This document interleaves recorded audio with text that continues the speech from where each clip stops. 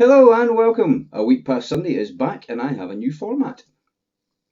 Each week I'll have three parts with a quick roundup of the week, covering First Minister's questions and the major points of the week, then two more in-depth parts of around 5 minutes each so I don't bore you and you have time to make a cup of tea in between. So let's dive in with the first big story of the week. And that was the news that motor neuron disease sufferer and former Labour Party advisor Gordon Aikman had submitted a Freedom of Information request, revealing that nearly 300 people had died while waiting for their care packages to be implemented. Now, this led to Kezia Dugdale at First Minister's questions potentially using the case of a dying man to score cheap political points. And it takes his campaign from being something that was seen by all sides to be completely non-partisan, to now concerns being raised in certain quarters that his campaign is being used or hijacked to attack the government rather than to seek a way to improve services.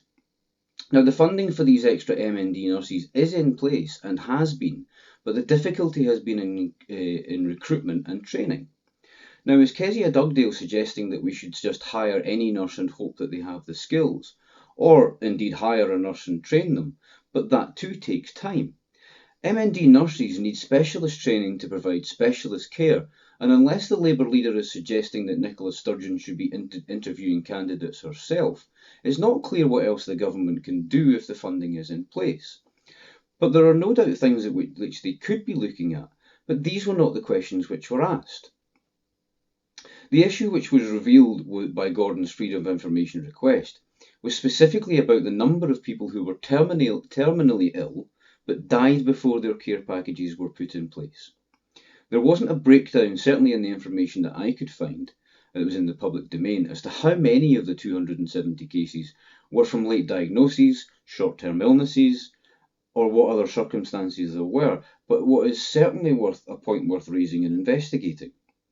But again, it highlights the ongoing problem in Scottish politics, where problems are presented in isolation and used as a finger-pointing exercise.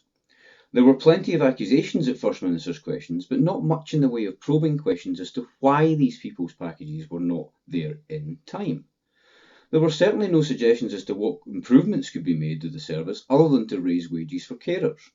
This is indeed a laudable aim, but it doesn't tackle the issue of staff training, availability of services, or improving access. Now, it's worth pointing out that the First Minister was somewhat unkind in her characterisation of one of Kezia Dugdale's points, in that she suggested that the Labour leader was proposing using the mythical APD money to pay for carers' wages. Kezia Dugdale did not say anything of the sort. What she was doing was making a point about the priorities of the government, and it would have been better if Sturgeon had dealt with the point head on.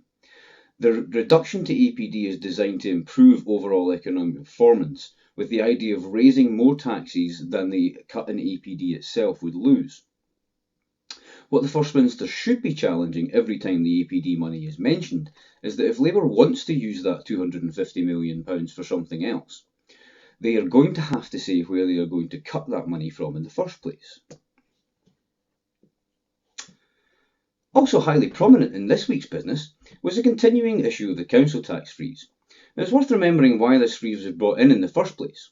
It was partly to lessen the burden on families at a time of financial pressure, but it was also the result of the failure of the SNP to bring in a replacement for the much maligned tax.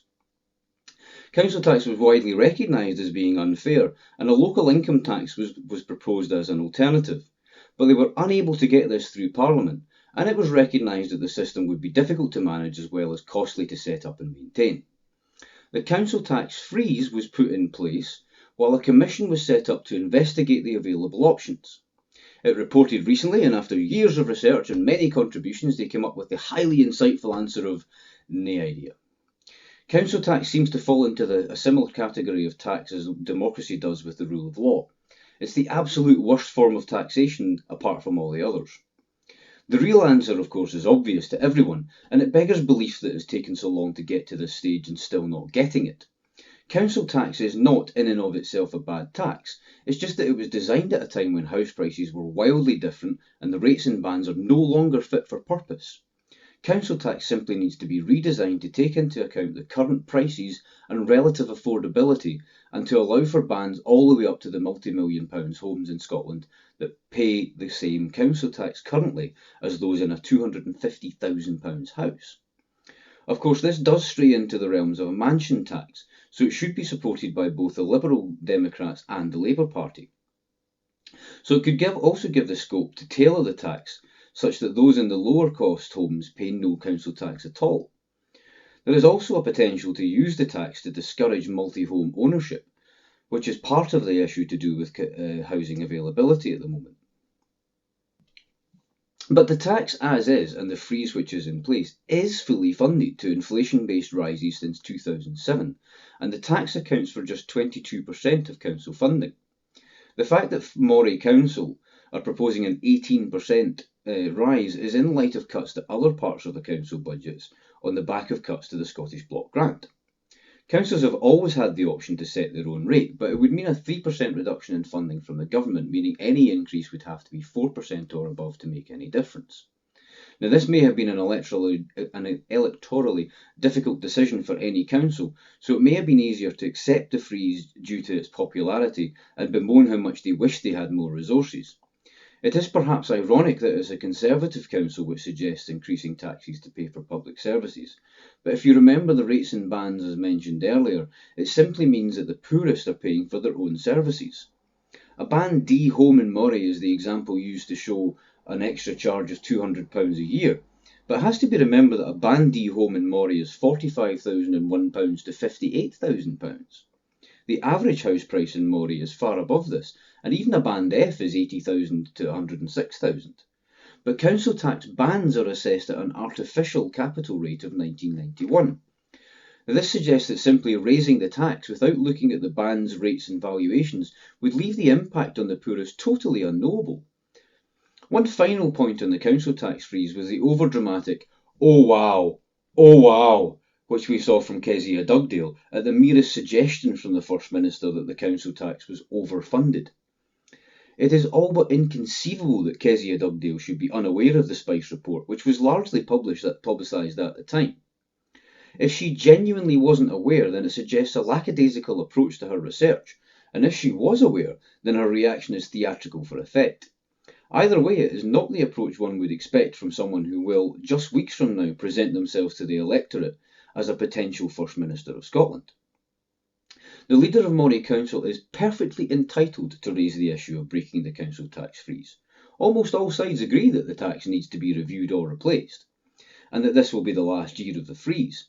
But if they wish to put that to the public, to the public that they want to raise taxes, that should really be put in a manifesto and ask the people what they want. But there aren't council elections until 2017. Despite the rhetoric from the government, it's likely that John Swinney will find some additional cash before the end of January to keep the councils happy and to maintain the freeze, as well as to save face. But it's also just as likely that come the new year, once the new Parliament is installed, council tax will be replaced forthwith. The other point of note this week at FMQs was Patricia Marwick's increasing frustration with the party leaders, or seemingly mainly to do with Kezia Dugdale, taking far too long over asking questions and obviously the First Minister giving long answers. Now, the leaders' questions this week took a total of 20 minutes, which left no real time for constituency questions. The leaders may be in need of making their electoral points, but members have a right to be heard for important constituency business. If the Labour leader could keep her questions to, questions instead of making long rambling speeches, and if the First Minister didn't have to answer 20 points for every question, that would be helpful too. There will be plenty of time for campaigning once Parliament dissolves, but for now there is work to do. A few other issues were also brought up in FMQs, including housing, which was batted away with the usual comment of Labour having only built 6 houses. This may be true, depending on your perspective, but it should never be used to just simply bat away the point, and there needs to be a challenge over what's an affordable home versus social housing. That's it for part 1. Join me in part 2, where I'll be covering the devolution of abortion law and asking whether we should take Twitter abuse as seriously as some people think we should. Thank you.